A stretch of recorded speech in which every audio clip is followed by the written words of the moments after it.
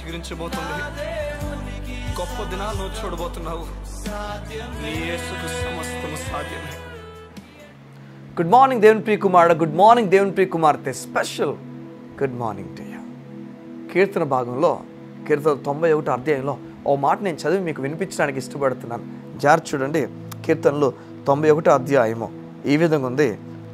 నీ ప్రక్కన 7వ వచనం, నీ ప్రక్కను 1000 మంది పడినను, నీ కుడి పక్కన 10,000 మంది కూలినను, అపాయము నీ వద్దకు రాదు. చూడండి, ఈరోజు దేవుడు గొప్ప వాగ్దానం నీకు ఇస్తున్నాడు. నీ పక్కన 1000 మంది పడిపోయినా, నీ కుడి పక్కన 10,000 మంది కూలిపోయినా అపాయం నీ దగ్గర రాదు. చూడండి, నీ పక్కన 1000 మంది ఒక రోగానికో, ఒక రుగ్మతకో, జీవితంలో బాధ కునిగిపోయి పడిపోయినా, నీ కుడి పక్కన 10,000 మంది దండెత్తి లేకపోతే 10,000 మంది కూలిపోయినా, 10,000 మంది నాశనం అయిపోయినా, 10,000 మంది రోగానికో, యుద్ధానికో, ఏదో ఒక దానికి పడిపోయినా, ఈరోజు మనకు తెలుసు యుద్ధ భయాలు.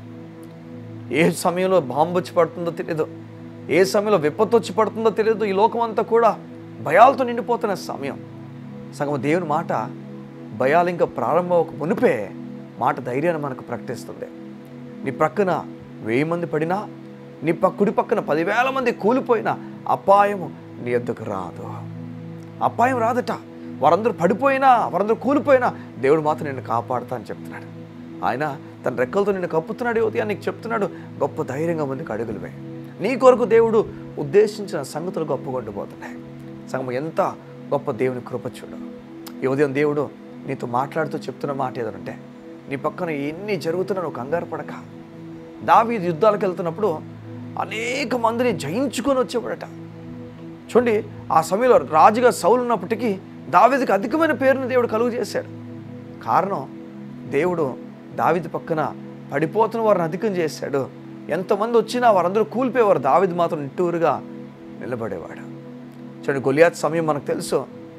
మొత్తం ఇజ్రాయెల్ దేశం అంతా భయపడిపోతుంటే దావీదు మాత్రం ముందుకు అడుగులు వేసి ధైర్యంగా నిలబడ్డాడు.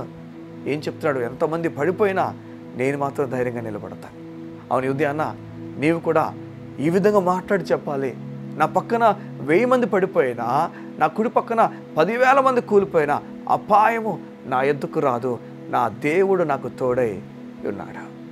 ఈ ఉదయాన్న భయపడుతున్న రోగాల భయంతో నిండిపోయావేమో, జీవిత విషయాల భయంతో నిండిపోయావేమో.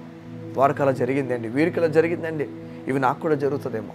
ఈరోజు ఒక విషయాన్ని మనం ఒక వీడియో చూసినా, ఒక ఫోన్ కాల్లో మనం విన్నా, మనకు తెలిసిన వరకు ఒకటి జరిగినా వెంటనే మన మనసు చెప్తుంది, నీకు కూడా అలాగే జరగబోతుంది, నీకు కూడా అలాగే జరగబోతుంది, నువ్వు కూడా అలాగే చనిపోతావేమో, నీకు కూడా హార్ట్ అటాక్ వస్తుందేమో, నీకు కూడా యాక్సిడెంట్ జరిగిపోతేమో అని ఈ భయాలన్నీ మనకు కలిగి మనల్ని పీడిస్తున్నాయేమో. ముఖ్యంగా నిన్ను అలా పీడిస్తుందేమో. దేవుడు చెప్తున్నాడు, నీకు ధైర్యాన్ని ఇస్తున్నాడు. నీ పక్కన 1000 మంది పడిపోయినా, నీ కుడి పక్కన 10,000 మంది కూలిపోయినా అపాయం మాత్రం నీకు సంభవించదు. దేవుడు చూసుకుంటాడు. దేవుడు నీకు తోడై ఉన్నాడు. కళ్ళు మూసుకుంటావా? ఏదైనా ధైర్యం కొరకు, నీ ధైర్యం కొరకు నేను ప్రార్థన చేయాలని కోరుతున్నాను. మా ప్రియ పరలోకపు తండ్రి, నీ బిడ్డలకు అధికమైన ధైర్యం నేను ప్రకటించుచున్నాను.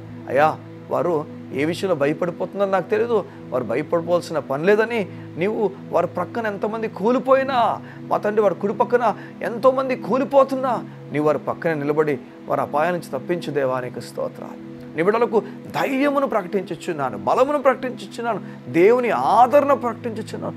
ఎవరికి ఏమవుతున్నా అది నాకు కూడా సంభవిస్తుందని భయం నుంచి వీరు బయటకు వచ్చి దేవుని కార్యం గొప్పది చూసుకుంటాను ధైర్యమును కలుగు చేసి నడిపించండి.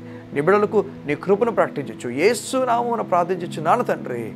ఆమేన్, ఆమేన్, ఆమేన్. ఈ ఉదయం దేవుడు నీతో మాట్లాడి చెప్తున్నాడు, గొప్ప కార్యాలు నీ కొరకు దాచించాడు. God bless you. See you tomorrow.